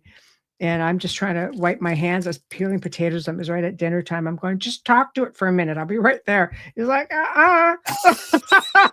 all he said was, it's for you. When he heard the growl, he goes, it's for you. Just talk for 1 minute. And he's like, no. So there were things like that. The most memorable one that handed me my own rear end, if that's going down that Yeah. one was a very humbling experience because my daughter lost her vision with that. Something followed back, Oh and gosh. yeah, for exactly 1 month. And I finally, I just tapped in. It was we were not supposed to go back. The family we were involved with did not want to pursue further. They really got frightened with it. So we knew we weren't going back. And I just said, okay, whatever, you win. But it wasn't a win because we weren't going back. But because I just said, like, I'm like, what is it like you want? And it just said, stay away. It's like, yeah, all right. That's not a hard one because we weren't invited back. So Right. I was like, okay. And literally by the next day, she said I could see, but her sight was never the same. And we sent her for psychologists, psychiatrists. We sent her to eye specialists. We did everything. Had MRIs done. She had photos of the inside of her eyes taken. I mean, we did everything. And it took my family doctor to say, what have you worked on lately that you think something may be Mm. out of the norm? For a family doctor, that was pretty cool in a way. Yeah. I never would have expected it because I went into that thing just thinking, okay, I've got this. But I didn't have it Right. because it was humbling in a way because it made me realize that I have people who are close to me that can be affected. I may not be affected, but it Right. doesn't mean that these things don't have a long reach, Yeah. right? Yeah. So There's something we do on my team that my psychic and paranormal partner JJ Rose does, and she calls it bubbling. mhm, It's kind of like spiritual protection shields if you're a Star Trek fan. mhm, Uh, and we do it before every investigation, so something like mhm, that doesn't happen, and we don't take mhm, anything with us. mhm, And I was skeptical at first. I just entertained her, to be honest, initially, mhm, but we got thrown to the deep end of a former satanic. Um, she was a victim, really. She mhm. didn't realize she was a part of a cult until they tried to sacrifice her, Ooh, and that was one of the darkest cases I'd ever been involved with, and thankfully JJ was there to protect me and the other investigator, Henry. mhm, Um, and our clients as well, because they were there. I mean, we're not a TV show with thousands of dollars back in our plate. We Yes. can't send our clients to a hotel for the night. Yes. So, more often than not, the client's going to be there with you during the investigation. Mm. And it was thanks to this protection that she later taught us how to do ourselves, to empower ourselves a little bit more, so she doesn't tap her abilities too much. I think a lot of it is intention and it mindset. works. Yeah. Yes, it is. Absolutely. Absolutely, it is. Mhm. And, but it's still, I think, beneficial more than not. I mean, I'd rather it's that thing of carrying that extra piece of equipment with you that you probably won't use, but you'd rather have it and not need Just it than in need it and case. not have it. So that's Yeah. kind of where I come from on it. Yeah. No, I think it is all about intention. I think when people are doing clearings with sage, they say, well, it doesn't work. And I'm just like, well, it's the power behind the words that you're using, and it's a strong intention behind the act of the cleansing itself. And you have to keep at it. It's not like waving a magic wand. And there are sometimes things that, you have to deal if you're dealing, for example, with a family with a certain religious background. You can't go in, like, if I'm dealing with a Buddhist, I'm not going to go in there with a whole Catholic viewpoint, like there's different viewpoints. Yes. You have to work with the faith and the belief system of the family that you're working with. And I think it's very important to empower those people. I've spent more time educating people than just investigating. I used to have like a year and a half waiting list to be someplace in person. So I'd have to work with people over the phone or online and just say, do this, do this.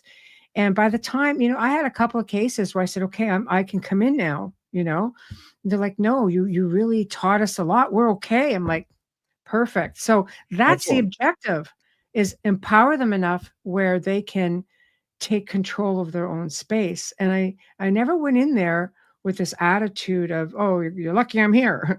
No, nothing like that. It was always with the attitude of,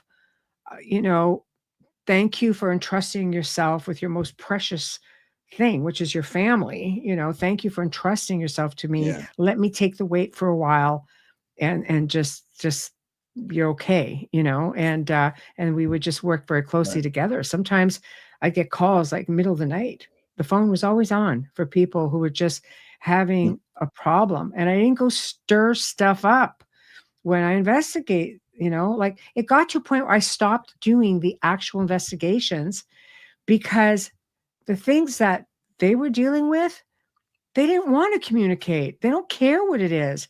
It's tormenting their family. They're not sleeping. They're having issues. I got to a point where you become seasoned enough to just know by what people tell you pretty much what you're dealing with, and you just work based on that, and you just try to move forward from that point. It's not up to me to go in there, stir things up, have a communication, leave the family behind. Things amp up because, well, you wanted to talk to me half an hour ago. It's just, and that's just same applies with just nasty ghosts, like human spirits. Like, there's some bad person in life, bad spirit. Like, that's it. Yep. There was some interesting stuff that cropped up in the chat. That kind of relates, I think, a little bit to what you were talking about. Love 10 has this recurring experience, from what I'm reading, where she sees a black haze and it lasts for 5 seconds, and it seems a little malevolent, and but at the same time, it wasn't terribly harmful, according to what she was saying. But I found that very interesting, kind of relating to what you were saying about intent and what you could put out there versus what you take in. It's important because So we can track things too, right? Oh yeah, absolutely. You were also speaking about how a given energy, a religion, for example, will create kind of a, for lack of a better term, a specific field within the house. Hey, Mort. Mort just came on. And I'll give you an example. There was a a client came to us. We need help. We have a shadow creature, and there's some poltergeist activity. And like 2 minutes before I showed up, there was this glass that flew across the room and shattered against the wall. And they left it alone for me to see. And I investigated, and it didn't seem, short of someone actually physically staging the whole thing and just wasting a glass. It could have been paranormal. It could have been psychokinetic activity. Sure. Psychokinetic activity. I cannot talk. Psychokinetic. Yeah. Yeah. Yeah, that's the one. That's the one. And but they were, they walked me through everything. They told me what the shadow entity was, and I talk about this on my on the show a lot, where as an investigator or even a medium, you walk into a given space, you kind of run into that wall of something's off, something really dark. Definitely off. And that's when I went to the garage where they say this shadow thing comes from. That made sense. It's like, oh yeah, there's something there, you get the oogie kind of horrible feeling. Yeah. And right. When I said, okay, let me talk to my partners and we'll come back, and he says, well, I don't need you to investigate. I just want you to get rid of the thing. I said, at the time I didn't have JJ who could do that. And I said, I can't do that. I don't have that ability. Have you thought about calling? I'm noticing the crosses and the pictures of Jesus all over the house. I'm saying, have you called a priest about this? Yeah, we called the priest, and darn it, it didn't work. It got worse, if anything.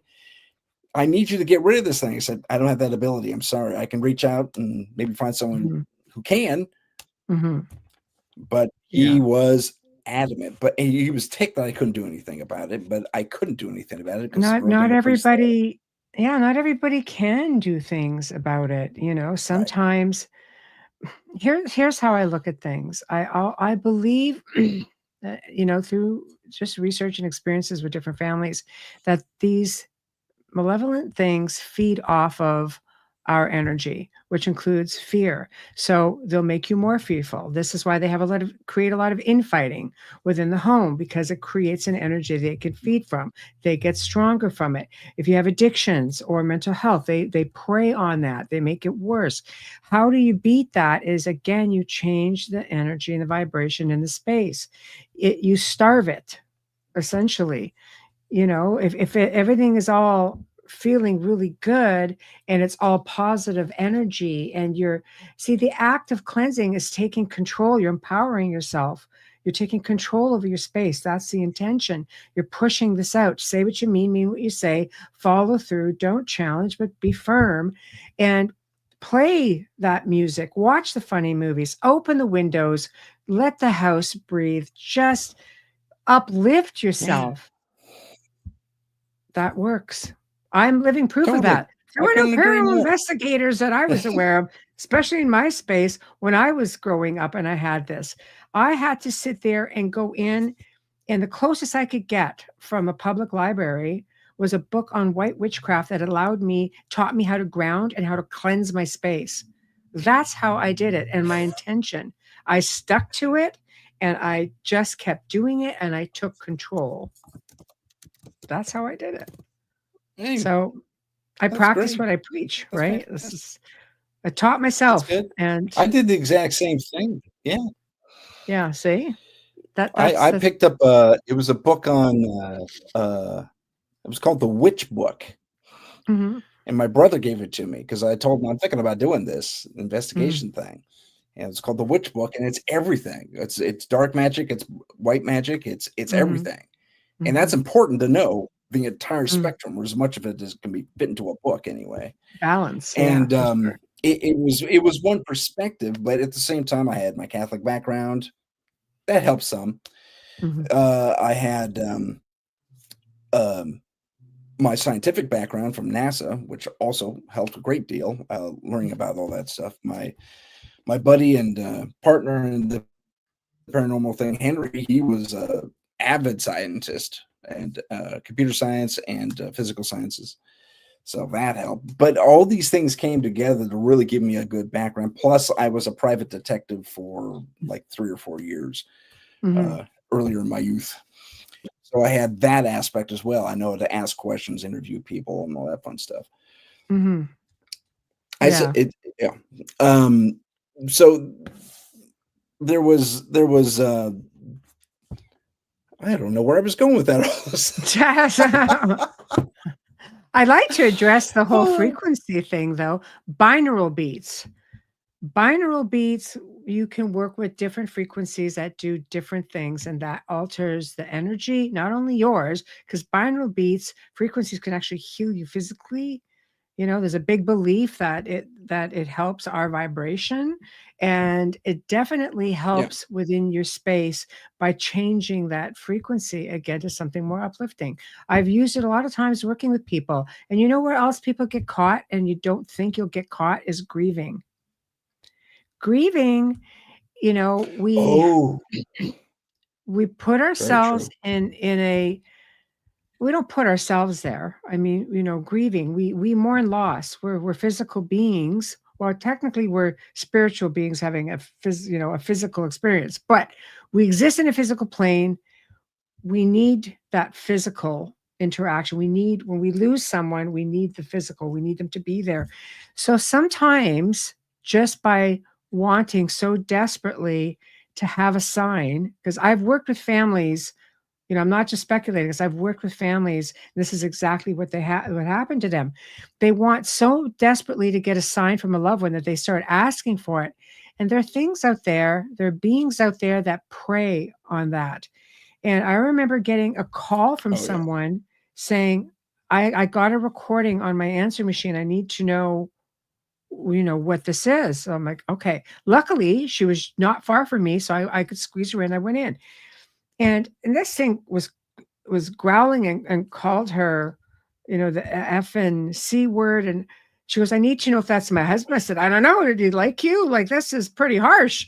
So, and I didn't mean to be rude, but I'm just like, if I got a message like that, I would definitely know that my husband wouldn't say something like that to me. So, but what I found out was that she had been trying to do voice recordings, and something had come in and was mimicking, her loved one, and messages started coming. Things got really, really bad. So I think when you're going through this, and I hate to take the experience away from anyone, because you don't want to second guess your experiences. I lost both my parents in 15 months, and I'm a seasoned investigator, and even the lights would flicker. My mother always said, I'll flicker your lights. I'm like, all right, sure. But in my mind, I'm like, do you trust it? Do you trust it? Yeah, right. I know. So then she's one night, what did it for me was it was the bathroom light. And I'm just like, okay, I just kind of need a moment. This is very awkward for me. And it all stopped. So I'm like, okay, that would be my mother. She'd be respectful. But it's right. So it's just being cautious, being careful, but don't take away from that experience. But that mourning, that deep sadness, and the feeling of loss can sometimes bring things in that will feed from that and keep you in that sense of loss. So that's just something I like to address, because we're in that time of year too, right? Yeah, that's true. That's true. My Christmas is a little sad, usually, just a little bit every year, because I lost my grandfather around this time, and I lost one of my best friends around this time. No, sorry, that's really So hard. it's Yeah. There's no that's a tough, time limit on grieving. it's been a few years. Yeah.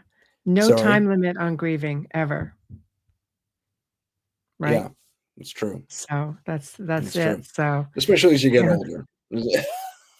yeah. No, it's true. It's true. But I mean, I think with that, it's why it's so important to try to stay as uplifted as possible. And sometimes, you may not feel like it. Sometimes you may wake up, you may have anxiety, you may feel that depression, but it's so important to just try to bring yourself up. And I know it's easier said than done. I know many people who suffer from it. And it's just, that's where I'll try to come in and just be that uplifting if I can, and just say, hey, you see somebody on the street, smile. It costs you nothing. Just smile. Just how are you?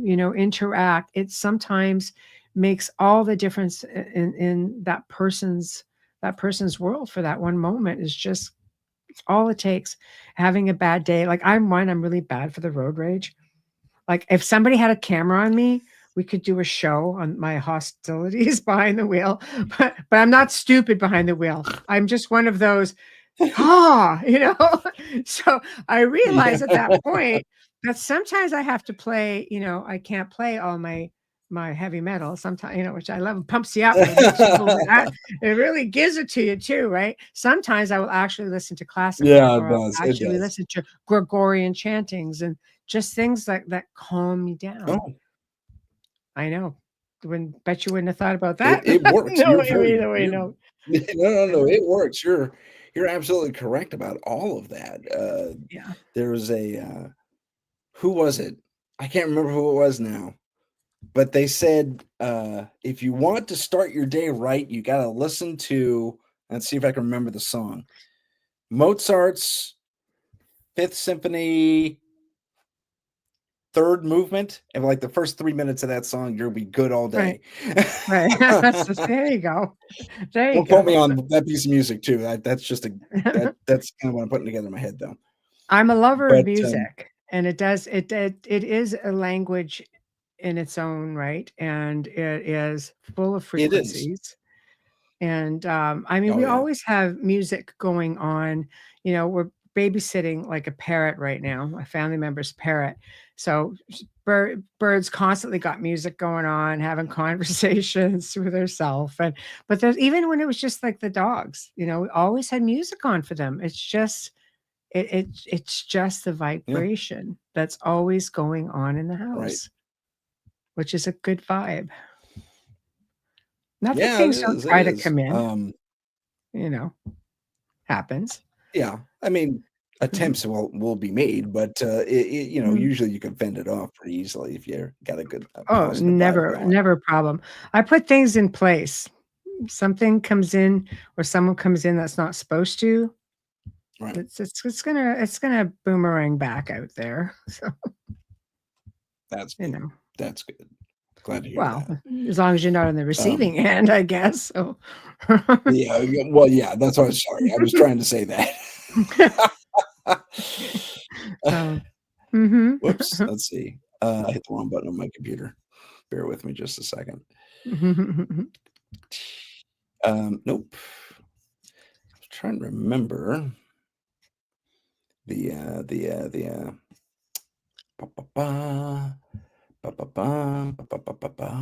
okay.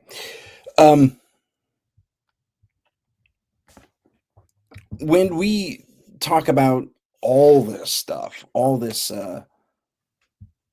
high strangeness, for lack of a better term, and I've never been a huge fan of that term, but I know, but it fits, doesn't it? It does, unfortunately. Bigelow tipped me off a long time ago, but that's a separate thing. I know. Highly strange. It's up there. Yeah, right. But high strangeness does work. But it's fascinating how I even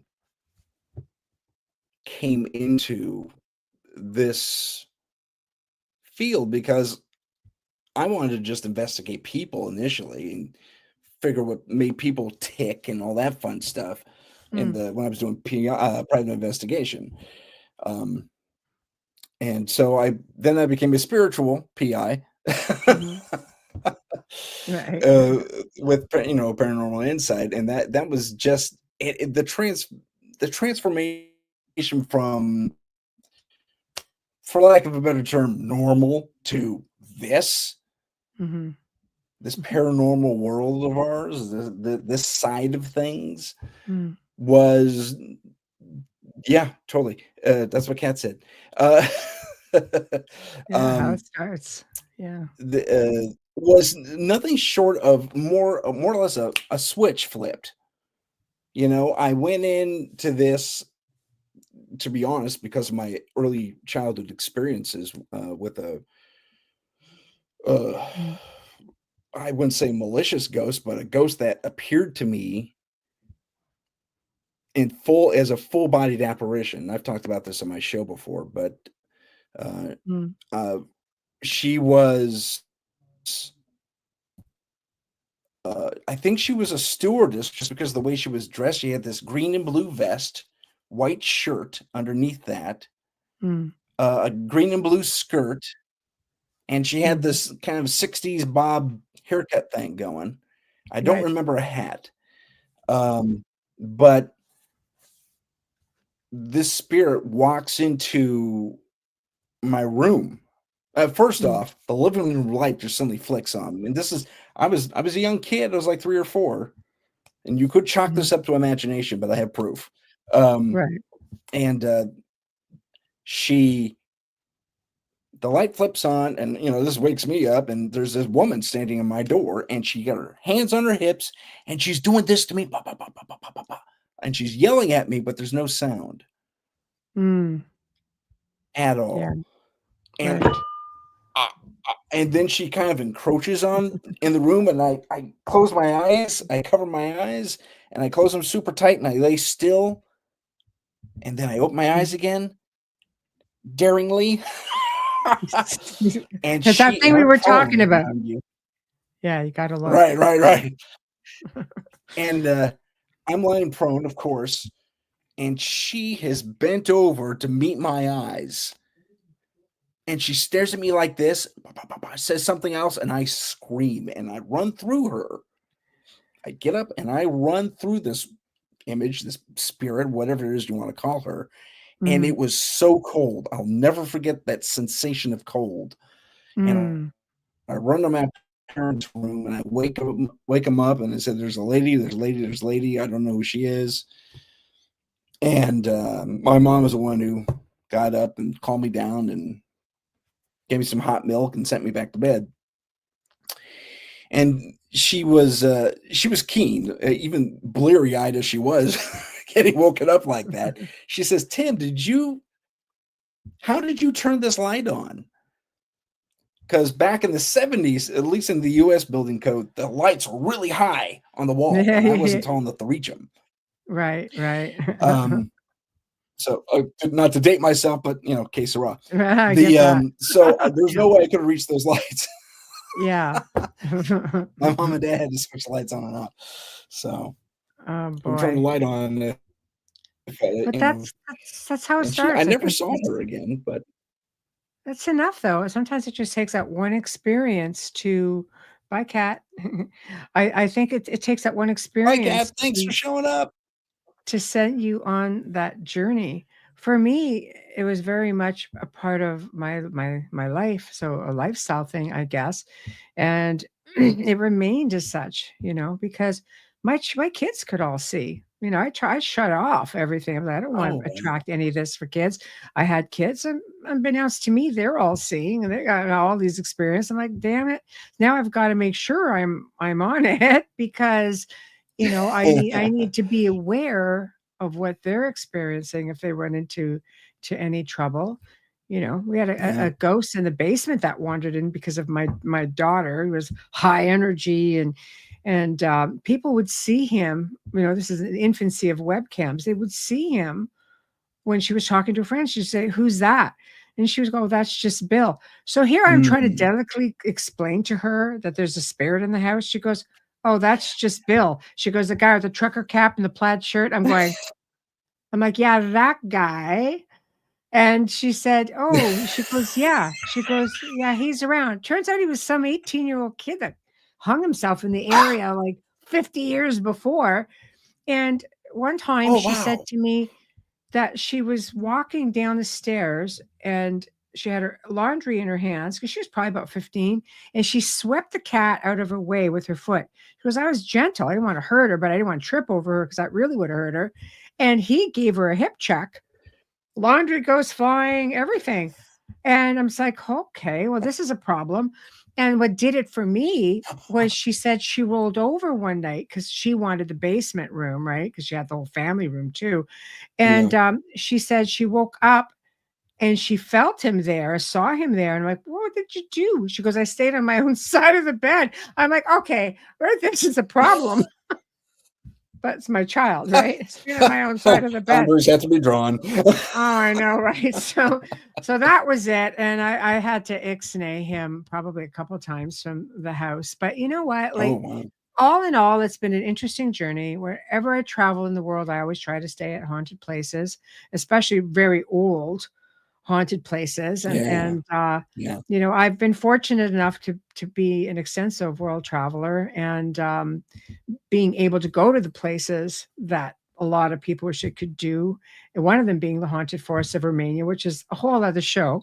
And I know we're short on time, but I could tell you it lived up to its name and some. So it's a very fascinating place. But there are places, you know, spent other places in Romania, places, you know, France, Egypt. I've had experiences pretty much everywhere. And you don't go necessarily looking for it. I didn't always travel just looking for experiences, but they find you. I think you just, the way it is, you're just meant to. If you're meant to, you're meant to. Yeah, that's true. That's very true. Yeah. So That's I've been fortunate.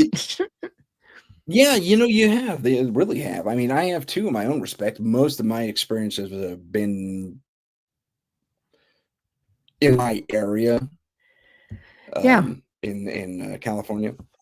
Yes. And it's been enough. I mean, I've literally experienced pretty much everything here, with the exception of, well, that's not true either. I've experienced everything from a Bigfoot related thing to That's cool. UFOs to and to hauntings. Naturally, as a paranormal investigator, I mean, I don't have this shirt for nothing. You know, I have definitely had a lot of experience right here in my hometown. That kind of speaks to the area a little bit too, because it's a former you know, mining and time of gold rush hit and everyone just flew out here. But yeah, that's cool though. It's cool. You'll find them in the least. It is cool. I've been very fortunate. Yeah, when you least expect it, you'll find experiences anywhere and everywhere. There's a whole other world out there that we share space with. And it's a wondrous world. And there's a lot of energy spots. There's a lot of portals, you know, vortexes. There's people themselves who are portals. I mean, we can so easily bring things in and out through our own energy. You can create portals all the time. You can project things. It's fascinating. And I think once you realize that and you pay attention, the key is paying attention. The example I always use is, if you leave a glass on the table, you go to work, you come back. If the glass is moved, will you look at it and say, oh, the glass is moved? Or will you say, oh, yeah, I forgot to put that away?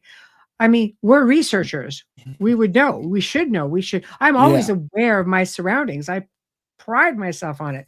But I would come home, because I've done it, and say, oh, yeah, I left that there, without realizing, no, wait a minute, this isn't where I left it. So we have to be aware. Right. So we definitely have, especially when you go as an investigator, when you go in to help someone at someone else's house, you've got to be aware of everything. I mean, I don't know if you did it on when you were doing it, but you do the photos. To go in and you get your baseline. Yes, you have to. And just to see if anything moves. And we actually caught one thing that shifted like across the room in one of the baseline checks, because we do two of them. See? It's like, oh, already we got something. Get the camera set up real quick. Being thorough. That is important. Being thorough. Yes. Yes. And it wasn't it was kind of subtle, but I mean, you know, you do the image check and you see if things move or not. It's fascinating. You're onto something. You know you're off to the race. Yes. Yeah. Mort had an interesting question that I think maybe requires a little bit of acknowledgement, and I can't get him up because I had another window open. And that Okay. question is, he wants suggestions to raise one's vibration to be more open to spirits, with which I would say, I like your initiative, but you don't want to be too open to spirits. Yeah. So you got to really Yeah. put your attention out there. But I think Michelle probably has more to say on that than I do. I would think just be aware of your own energy, raising your vibrations. Again, that's the easy part. Is just keeping everything positive in your space. And it's just you can do regular Yeah. cleansing. Some people like to sage their place all the time. Again, intention, your mindset is important. Playing music, laughing a lot, dancing, watching funny movies. Anything positive is going to give you a positive vibration because things that come in create chaos and upset because they need to feed off of that. That's what makes them stronger. So you want to be more open to spirits. I think you just have to be aware. Meditation really helps, but before you get into meditation, it's good to learn how to ground your energy. If you're in a place where Yes. you can walk barefoot outside year round, then you can do earthing. When I say hug a tree, I mean it. It's not cliche. It's really hug a tree because they're sentient. They communicate with one another through their root system, but they will Yeah. willingly share their energy with you. Do it. It will ground you. And there's different grounding techniques using trees per se, and mental imaging and working with different again, vibrations, frequencies, but also like mirroring type of exercises that you can do to protect yourself. Then you can go open yourself up during meditation because that's pretty much what we do when we meditate. We open ourselves up and we are willingly, traveling or connecting and making those connections. So it's important to be protected as well. Heidi mirrored JJ's advice. Bubble up. Yes, exactly. Exactly. Yeah, definitely got. There's I forget what that's called. You said earthing, but it's not earthing. Earthing. It's something else. When you touch tree, some people get that. What's that called? When you touch something in a psychometry? Psychometry. Yes. Psychometry. Yes. Okay. Yes. So when you touch a tree, Yes. suddenly you can check Pick up into like energy. everything around you. Yes. I've actually had that experience. It's really fascinating. It And is you do because have to they're be like, energetic beings, yeah, trees. We don't look at yeah. trees and flowers as having essences, but they really do. Scientists have even done It's true. experiments with Yeah, they're plants. all, Like you know, you cut into a tree or take a branch off of a plant. Like they've been known to scream. yeah, Research they've that. actually recorded it in science in different Yes, labs and stuff. I know. It's incredible. So it's a fascinating world, and life is abundant, and it's everywhere where you least expect it. Yeah, So, quite interesting. Let's briefly touch on, because we only have a few minutes left. yes. The how do I put this? Well, okay, you know what?